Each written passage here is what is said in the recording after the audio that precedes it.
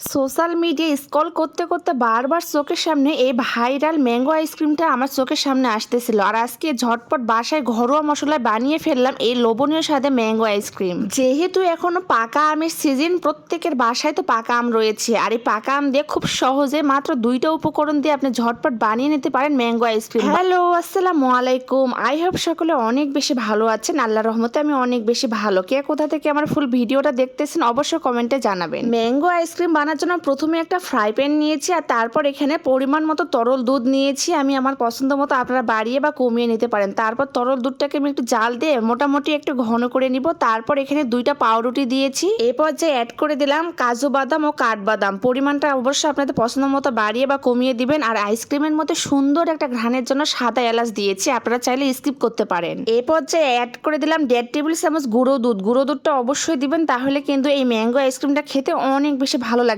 এখন সবগুলো উপকরণ ভালোভাবে স্প্যাচুলার সঙ্গে মিক্সড করে নিব। তরল দুধের মধ্যে পাউরুটি ও গুঁড়ো দুধ দেওয়ার কারণে সবগুলো উপকরণ যখন মিক্সড করব খুব সহজে এটা ঘন ও থমথমে হয়ে যাবে। তারপর আমি চুলাটা অফ করে দিয়ে মোটামুটি একটু ঠান্ডা করে নিয়ে একটা ব্লেন্ডার জারের মধ্যে সবগুলো উপকরণ মিক্সড করে নিব। ব্লেন্ডার জারে আমি এটাকে একদম স্মুথ করে পেস্ট তৈরি করে নিব। আর এটা আরো অনেক বেশি লোভনীয় হওয়ার জন্য এখানে 2 টেবিল চামচ দিয়ে দিলাম গুঁড়ো দুধ। গুঁড়ো দুধটা অবশ্যই বাড়িয়ে দিবেন, তাহলে কিন্তু খেতে অনেক বেশি ভালো লাগবে। পেস্টটা দেখি বুঝতে পারতেছেন কত বেশি স্মুথি হয়েছে। এখন এই পর্যায়ে দিয়ে দিলাম মিষ্টি পাকা আম। অবশ্যই এখানে চেষ্টা করবেন মিষ্টি পাকা আম অ্যাড করা, তাহলে কিন্তু এই আইসক্রিমের স্বাদটা অনেক বেশি ভালো আসবে। পাকা আম এখানে আমি 1 কাপের মতো দিয়েছি। তারপর 2 টেবিল চামচ দিয়ে দিলাম এখানে লাল চিনিটা দিয়েছি। আপনারা যে যেরকম মিষ্টি খেতে পছন্দ করেন সেই অনুযায়ী আইসক্রিমের মধ্যে মিষ্টি পরিমাণটা বাড়িয়ে বা কমিয়ে দিতে পারেন। আমি আমার পছন্দ মতো দিয়ে দিলাম। এই পর্যায়ে ঢাকনা দিয়ে আমি 2 মিনিটের মতো সবগুলো উপকরণ একদম মিহি পেস্ট তৈরি করে নিব। যত ভালো পেস্ট হবে তত বেশি এই আইসক্রিমটা খেতে ভালো লাগবে। অবশ্যই একটু সময় নিয়ে করে নেবেন। যে